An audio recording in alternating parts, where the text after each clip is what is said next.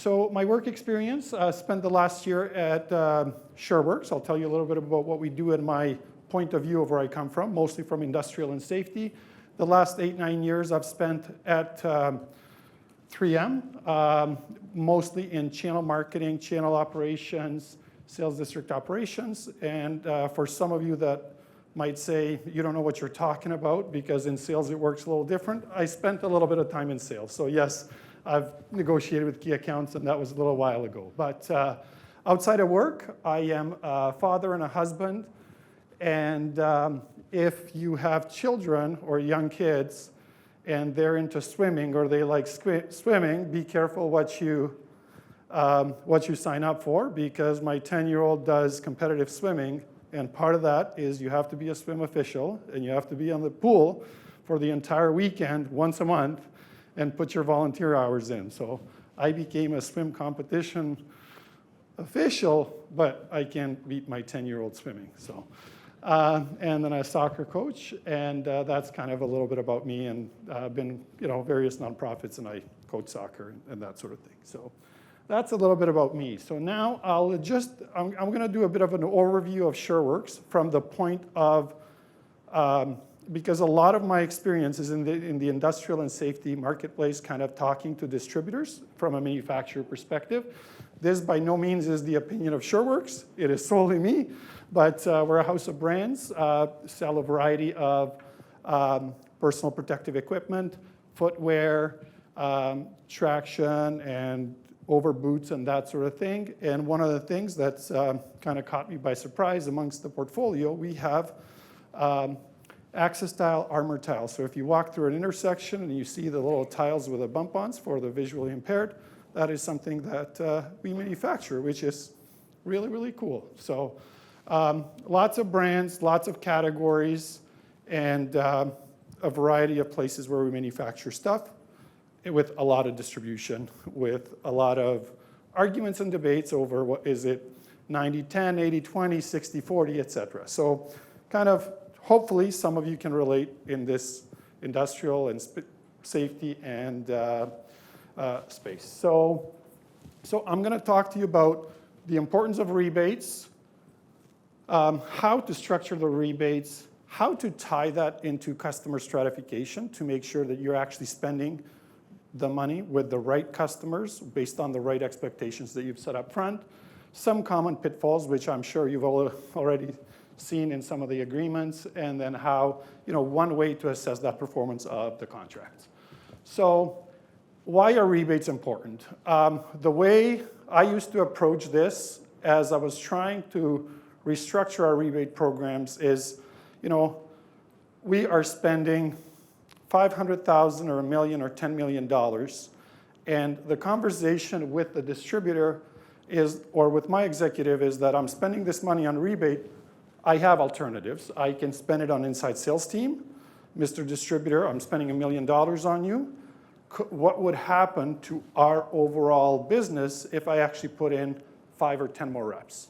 Would that be better for your profitability instead of me paying you in rebates? And then it changes the structure over what is better for our business. Second is marketing automation. Yes, there's back-end rebate, or you could go out and spend on LinkedIn and Google and Facebook and all the other things that we do. But think about that dollar that you're paying in rebates as having a different place where it can go. And is that the best place for that dollar to be spent? If you were to launch an inside sales team, you would put a leader in front, you would invest in that. You would give them tools, you would give them Salesforce, or whatever else, a CRM system to manage their customer data. So when you have a rebate team, why don't they have an adequate rebate solution that could be Enable or another solution, but why let them do it in Excel? You wouldn't launch a marketing automation team without the ability to actually have a marketing automation platform. So why do that for rebates when it's an alternative investment in terms of what you do? Now, you choose, or you're forced, or whatever you want to call it, in rebates. How do you structure your rebates? Because there's, every piece of paper that either you put together or you've gotten from a distributor does look different. But ultimately, generally, you want to try and group them into your rebate software or whatever it is into 3 or 4 or 5 different categories. And it's pretty simple: volume-based rebates, flat rebate, buy X, receive X percentage, buy more of that and you get a little more, so you use that. But then you think about, buy X and receive 3%, or buy X plus Y, you receive 4%. Is that really a volume rebate or is that a growth rebate? So where do you want to actually put that in or bucket that together? Because as you'll see later, that will become important when you're actually looking at your rebate performance. And then category or mixed base. Is that a growth rebate? Is that a flat rebate? What is that? How do you want to structure that? And then behavior-based rebates, which I don't know how many of you do, but paying on time, submitting orders electronically, service center investments, et cetera, et cetera. But how do you bucket these together so later you can look at them and say, yes, the people who have service centers have been growing consistently in the last 1 year, last year, 3 years, that sort of thing. So that's, you want to, first things first, is you want to bucket the components of the program in the right places. I know the distributors will call them something different, but you have to make sure that they mean something for your business within the context of what you're doing. So you've got the rebate, and you're trying to think about, often the sales reps who are working to create demand, they'll come, and I've been in these situations. It's like the sales team at XYZ distributor is not working with me because we don't have a rebate. And frankly, generally my experience is that they actually don't see any other rebate from anyone else. So just be careful in terms of who you are trying to influence with what rebate program. Sales leaders, who work on EBITDA or measured on EBITDA, how is that team measured, and does your rebate actually make a difference to what they're doing every day in terms of, when they're waking up? Does it make them a little bit different? So sales leaders, category product managers, that is mostly who you're targeting with the rebates. Does that make sense for them? Finance and procurement. Sometimes they're stakeholders, sometimes they are not, but they want it simple. They want it the 3% or 2% or whatever. And then if you're talking to regional and branch managers, it might influence them, but just understand the type of company you're dealing with. If it's a large multinational, probably not. If it's a small regional who's measured on, just know that every type of rebate has a different influence amongst these stakeholders that you're working with. So then, you've got your rebate program. How do you stratify customers? And do you do it by industry, by vertical, by size, by growth potential? Ultimately, you want to try, my personal opinion is that you want to try and stay away from size. Yes, the large guys might make a good portion of your revenue, but you want to try and inject some field knowledge, something about future potential. Size judges the past, and you're trying to change the future. So does that actually make sense? So in this chart, for example, you see a way to group them based on recent and potential growth performance and size on the other piece, because you want to look at where that revenue is coming, and based on what you're projected to grow, can you meet those expectations based on that customer mix? So let's just call it A, B, C, D here. A being high growth potential, large customers. B are high growth potential but smaller customers, et cetera, et cetera. So that's a bit about, and then maybe I'll ask the room, what are some other ways that you can group customers that have made sense? Absolutely. So depending on which ones of those parameters are important, as you're working to assess, or the way I've done it is just given a score point on the recent and potential growth performance, depending on what are the 3, 4, 5, you don't want to make it 20 factors and 20 questions and you're scoring that, but absolutely, if, I'll just say EDI is a must, or EDI, for example, is a must and there's no other option without that, you would put that in. But you would score that, but it's not like if someone doesn't do EDI or doesn't pay on time, like whatever that operational requirement, are you actually going to continue doing business with them? And the answer is yes, then give the appropriate weighing, but it's one of the factors, it's not everything. And then the last that sometimes you forget is there is insight that the people out in the field have around what is happening in a particular market. Find a way to incorporate that insight and give some discretion to the team who knows the customer best to allow them to weigh a little higher. Now, you don't want to have 500, $50,000 customers, but find a way into the process to actually bring those upcoming stars and give them attention. And then the next side that I always ask is, what types of rebates should I provide to each one of them? Having been in various various businesses and that sort of thing, been in front of distributors, and you have a growth tier that calls to go from $1 million to $2 million, and the customer's at $1.2 million. Well, that's not going to make a difference whatsoever for the next 2 or 3 years, unless it's someone. So make sure that whatever the rebate program that you have is actually structured adequately, that it incentivizes that customer for the time that they are. Now, you can't do 1,000 programs for 1,000 distributors, but group them in the adequate space. Now, as our experience is that our ERPs, yes, they do sales reporting, they do CAGR, that sort of thing, but some of these small insights that I talked about from coming from the field or tracking EDI or electronic orders or whatever those other things might be, how do I tie that into the rebate and software reporting? So as you're implementing, if you are thinking about implementing a software solution, think about these important parameters that help you judge the businesses, so you can connect it together to see, does the rebates that I'm making sense, are they connected? Is it performing?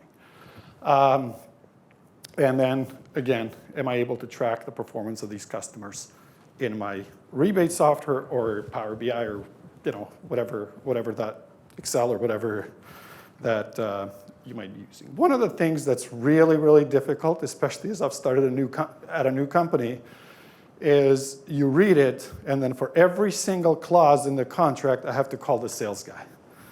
And it's like, is it incremental? Is it back to $1? Is it back to half of that? Is it, what is it? So, if a new person cannot come in and read that clause adequately, and if I'm the new guy and I have to call the sales rep, imagine being on the other end, then now you got 4 people talking about one thing.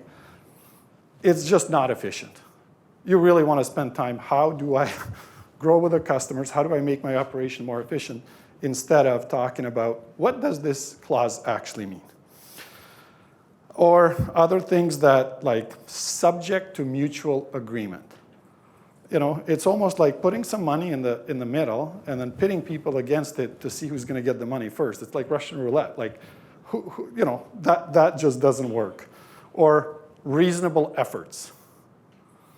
Like, what is reasonable? You might as well just not put it in, because reasonable effort is very different based on, you might put in a lot more effort than I would. So, and then, you think about, okay, there's this term that I was reading about, Frankenstein contracts. So John or Mary knew about this product and they should not be included in the rebate program. John and Mary worked with a company 20 years ago, but gave us a list of SKUs to someone, and we don't know if we sell them. We don't know if this distributor is buying them, but we have 200 other programs since John and Mary were with a company, and someone's clicking buttons and replicating the exclusions. You don't know if anyone's buying the exclusions. So just be careful in terms of what you're committing, because think around the opportunity cost. Yes, there's software. Yes, there's AI, and things have been a little better. But in order for that software to work, that list of SKUs has to work, right? And or has to be accurate. So when you combine that with the fact that contracts are in OneDrive or in Dropbox or someone's H drive or D drive, like it just makes it really, really difficult. So those are kind of some of the symptoms that make it really, really difficult. One of the best things you can do is figure out modularity. So you've got customers, you're willing to, industry standard, or you're willing to pay to a group of customers up to 5%. Allow the team to make something flexible within that works for a customer. I'll give you an example. There was one instance where we were working with a distributor, large multinational distributor, and the rebate money goes to the head office. And the local country team's trying to figure out, how do I take some of that money and invest in marketing dollars within the country where they're in, because the money that goes to the head office stays with the head office, and they actually cannot grow the business. So just shifting from one bucket to another and calling it something a little different allowed that money to actually stay where it made sense, and investing in the marketing dollars to actually grow and market and do spiffs and all the other things. So that's another thing, is to not look at plain vanilla, everything fits for every customer. Go ahead. On your last slide, you stated has logic and enable. What do you mean by that? By logic, I can hear it. So the question was, has standardized logic. What I mean by that is, if someone's saying, I want a incremental growth on the average of the last 3 years of sales, where the baseline is going to be the average of the last 3 years. Does your software have the capability to store last 3 years of sales so that you can actually do that, so that you don't make it so complex that you devalue what you're paying for Enable or another rebate solution, and it actually kind of works out of the box and you can leverage it at full scale? Does that make sense? Yes. Which goes to my next point, can I manage the class? You have to have business review at every branch throughout the country per state. Am I tracking? I have, generally that is difficult. Now there's Salesforce and CRM, but I've seen that, but no one's keeping track, no one knows. Why put it in?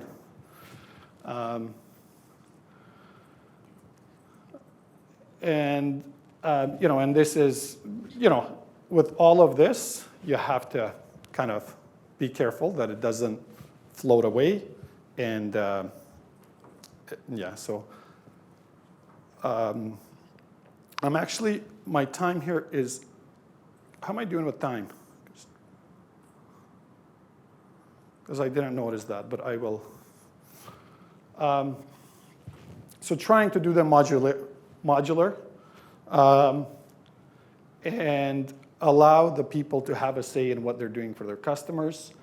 Also defining clear dimensions, product hierarchies, category brands, branches, dates. What happens if products move within the category? Can your rebate software manage that? It was something else, now it's something else. Can you manage start dates and that sort of thing? Can you manage customer mergers and acquisitions? So those are some of the things that you need to think about as you're putting these programs together. Now, be careful around regional and multinational distributors, because there are different stakeholders there who have a little bit of say. A product category growth with a regional distributor where the owner has a tight fist on his team will make a difference. But if you go to a multinational where you're talking to someone, that just sometimes does not translate, or it takes 3 years to translate into the field. So just know who you're talking to. So As I said before, we stratified the customers, but then the next question is, how do you assess the performance of those customers? So in this example, I've grouped my customers you saw from before into A, B, C, D, which were the high growth potential, large customers, et cetera. And you've got my group D, which is low growth potential, smaller customers. And then how is my rebate structure in terms of what I'm paying back and what I'm wanting them to do?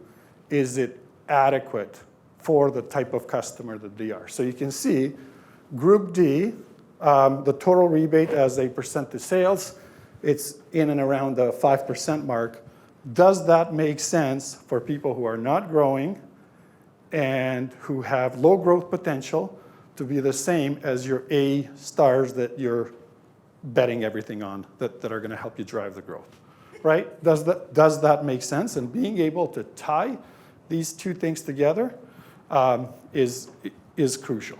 I know that AI can do all of this, but if you group half your customers in the wrong, yes, AI is not going to, it's going to have a tough time finding those errors if you're doing that grouping incorrectly. So that's kind of what I wanted to share with you today, is an example of some ways that I've seen this done. And this, at one place where I worked, was an evolution that actually took shape of its own, where every year we actually launched a committee to look at our rebate spend and is it making sense from year to year based on where we were going. Because the other option is put more reps in the field. Stop paying rebates and put more reps in the field. Is that going to generate more bang for your buck? At the end of the day, it is a cash outflow. It is a discount that you're giving to the market. So that's kind of it. Now, does this need to be real time? Do you need to do this every week, every month? The answer is, in my experience, generally no, because you're not going to change it every week. But do ask yourself, do I have the ability to act on the data? Generally, the answer is within the year, within the quarter, no. But every 6 months or once a year, you should review this, because that's the time that you can actually change it, unless you're going to be totally disruptive, similar to our state of the economy at the moment. So, structure drives value. So this is kind of the summary. We spend a lot of time in measuring, putting rebates in place. The sales team is out there talking to the people, taking pictures of the PDF and scanning the PDF and all that sort of thing. And if you don't spend the right amount of time, like you hire an inside sales team, you would spend time training them. You launch a marketing automation platform, you would spend time with a software vendor solution and managing mailing lists and delivering the right content and all those things. So why don't you do that with rebates? Because it's not one size fits all. But if our teams, and I was one of them, if you are spending 99% of the time or 3 months to come up with the data and the charts that I just, there's no time for me to drive and make a change out in the field. So how easy you make that for the team, you want to, that's where AI can come in, is how do you, if it takes you 2 months to do all that data or 2 weeks to do all that data, how do you shorten that up so that you can actually have point-to-point conversations with a sales team and they can have those conversations with your distributors and customers. So that's it. That's my LinkedIn profile. If anybody wants to connect, happy to get in touch with you. Really appreciate your time and any questions that you might have, or any other experiences or thoughts. I thought this was fabulous. Thank you very much. I wonder if you ever see differentiation in profitability among customers, as opposed to just differentiation in volume or growth, and whether you would ever tailor a program around customers that you perceive to be more profitable than others. Absolutely. So in one of the slides where I had size, that size could be revenue dollars that they bring in, right? another way to do that is if you're trying to look at this as a multi-dimensional stratification. Sorry, I'll go to the next one. You can remove size altogether and put it in the size of the bubbles and only show the ones that are X size.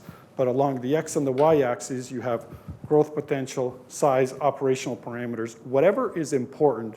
Like, some of the visualization tools have become much more powerful than what we used to have. So yeah, if you have 1,000 customers and 1,000 bubble, that's not going to work. But if you group it into the right sizes, that is absolutely possible, yes. But ultimately, it's what we bring to the bank. Sorry. Any other questions or comments or any additions to this? I'm just curious, like for high growth potential, do you have any, like there's probably typical ways to assess potential, but is there anything you found that's like a secret sauce where you wouldn't, like almost a non-traditional way of assessing potential? So one of the ways that I always thought about and was visible in data in the past is ownership structure. So if you happen to work for a company that is trying to go public at an IPO or a company that's publicly traded, they have to stand in front of someone and to show growth, whether that's margin and that sort of thing. If you're talking, and I don't mean to be kind of judgmental into a family-owned business, and you get there and everybody has really nice cars and there's a Ferrari outside, well, I don't know if they're as driven to growth as another distributor who's private equity. So that is one of the things that I've seen where not typically, it has made a difference. That is like, kind of what's similar about these? And when I'm calling the reps, like, how do they operate? That was interesting. And I don't know if it's fully true and vetted and that sort of thing, but that I think is kind of like hidden in there. Any other questions or comments? Go ahead.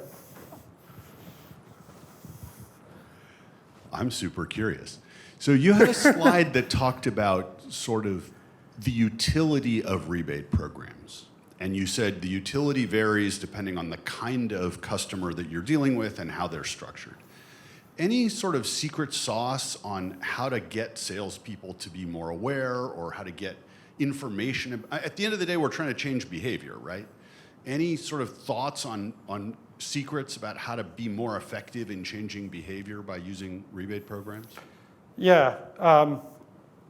So one of the exercises we had people do is to always, we stratified our products into ABCers categories, and we gave them like parts of the body that are most crucial to the A ones. And generally approaching, when they're talking, having conversations with a distributor, understanding what that distributor says in that what they do in that A, B, or C category. And always keeping that share in mind. Like what was revealing when we did that exercise, there would be things that we are so big, we're killing it, like we're awesome. And you go to have one distributor and they're selling like 20 times what you're selling, but you're going rah, rah, rah, rah. So that would be one way. And then what's it gonna take to switch? So, you're selling 20,000 and they're selling 500,000, and add or remove zeros, but know that that other manufacturer is paying rebates. And that is a strong disincentive to not switch because that will hit the bottom line right when it comes out. So how do you structure the program so that over time you make it a win-win where you're taking share and the distributor's not losing by just switching? Why would anyone switch for the sake of switching? Does that help answer the question? Any other questions or comments? Yeah, go ahead. Add to that point, rebates are an investment. So how do you measure the return on investment on rebates? After 5 years of trying to do so, I can't. You can maybe get into grouping customers together. However, the return on investment on single programs of rebates, I would say, is very difficult because there's 55 other factors in terms of what happens out in the field. So I don't want to say it's impossible. We have way smarter people here from DataX and PriceFX and other things, but it's something I tried for 4 years, I could never do it. And if you have figured it out, I'd love to know.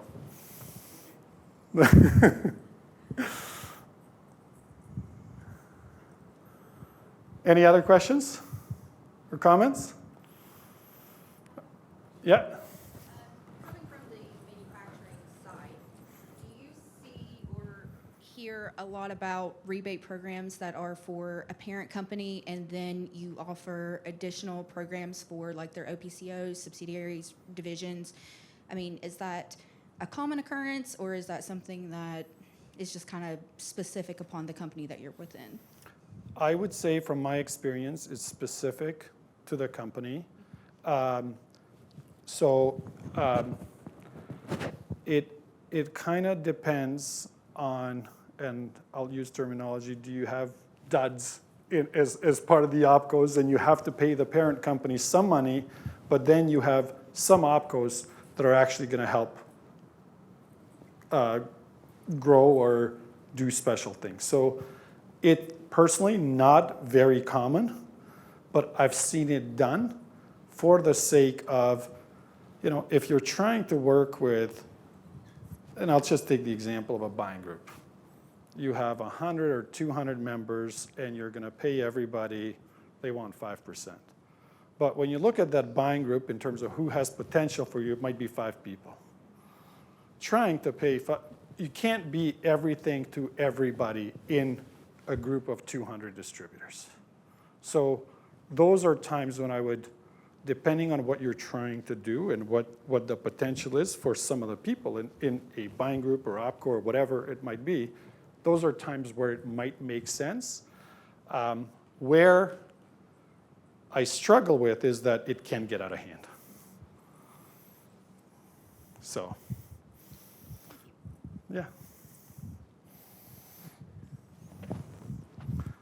All right, I think we're out of time. So thank you, everybody. Really appreciate your attention.